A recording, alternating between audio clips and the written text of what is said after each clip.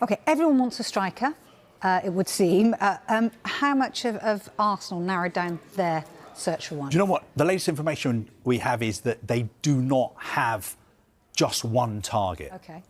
I know there's been lots of talk about the fact that their new sporting director, Andrea Berta, wants Victor Gyokeres, prolific Sporting Lisbon striker. He's got an extremely impressive scoring record in the Portuguese league. And there have been lots of reports that Berta wants Gyokeres, and he's told Mikel Arteta, this is the striker we need to sign.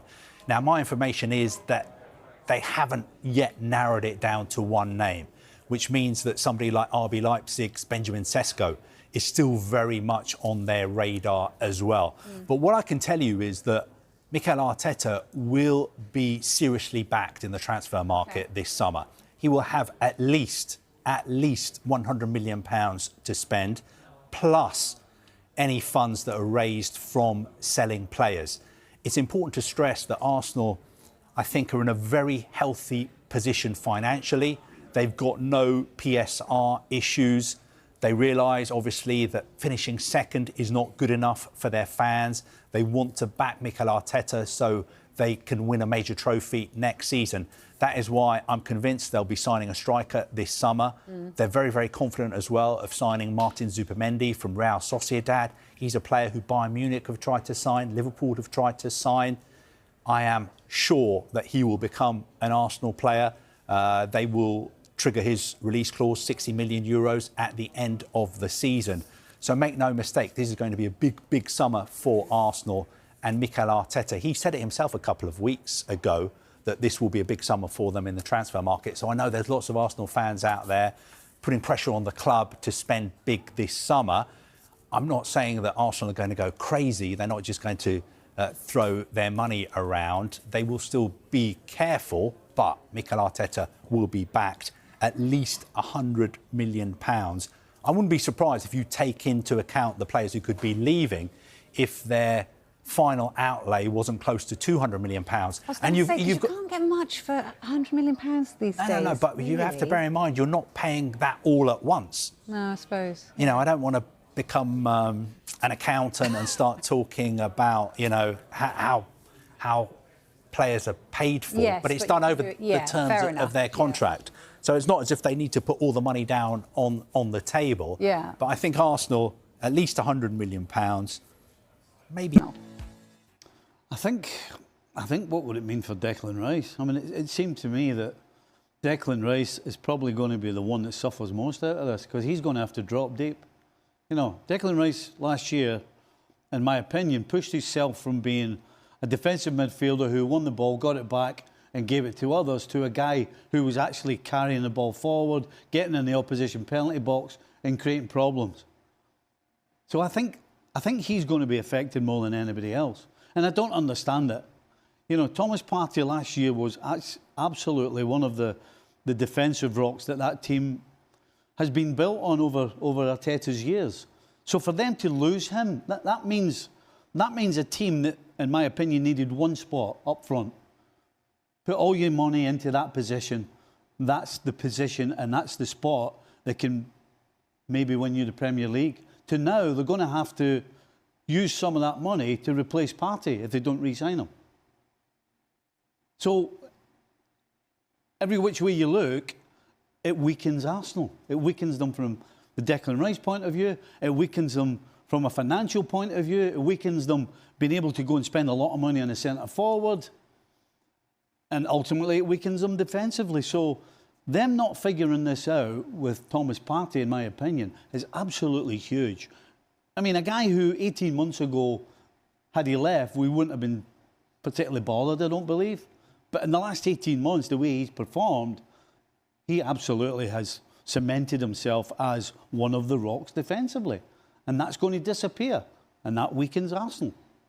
So keep up to date with that situation and many more with our transfer talker, a new transfer expert with us here.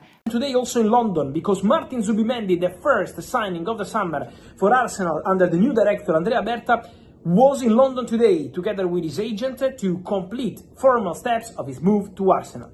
Today Arsenal and Real Sociedad have completed and signed all the documents, so we can consider Martin Zubimendi as a new Arsenal player. We had many rumors, especially on Real Madrid from Spain in the recent weeks. I always told you Martin Zubimendi will be an Arsenal player, Martin Zubimendi will go to Arsenal, Arsenal have everything agreed for Zubimendi, just waiting to sign. Today everything was signed, and so Zubimendi to Arsenal was a here we go in May and is confirmed today. The transfer fee will not be the 60 million euros of the release clause.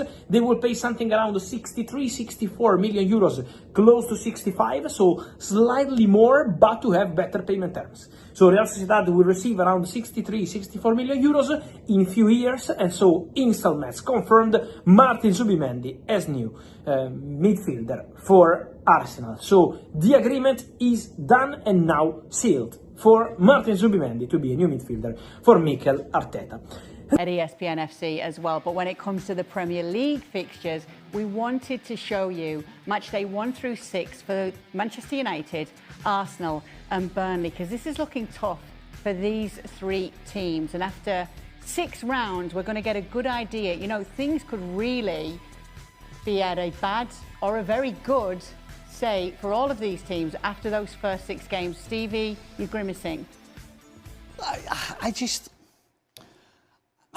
It could be me. The way I was brought up at Liverpool was the only game when the fixtures came out you were concerned about was the first one. So you're not looking at, that looks tough though for us. No, absolutely 100% not. No. The only thing you're thinking about, or I thought about and we thought about, was the first game. You know, you want a home game, you don't care who it's against. And if it's an away game, you don't want one of the promoted teams. Because it's the biggest game for them, and whatever. That was the only things that I thought and we thought about. We weren't concerned who was 2 weeks down the line or 3 weeks down the line. You know, we weren't sitting going, well, we can get points here, we can get points there, we can do it. No, it is the oldest line in the book. It's the one game at a time, and that's exactly what you should do. You can't be looking at it, and certainly if you're Burnley. It doesn't matter who Burnley are playing. Every single game for Burnley is a cup final. So, no. Listen, we opened the season in '87 against Arsenal. First game of the season at Highbury. And we weren't going there to make a mark or make a statement. No, we were just going there to try and win the game and do well. So, yeah, I don't understand. I understand fans. And I get it that some players look for certain fixtures, but in general, that's not what you should be doing. You look at the first game, and then you go from there. Stevie definitely didn't care. Did you care? No, is the answer. Is the short answer. And the reason you don't care is because the whole preseason, even though the size of this preseason for those teams that are participating in the Club World Cup is shorter than it should, but I'm not going to go there. The whole preseason, you're thinking about that first game.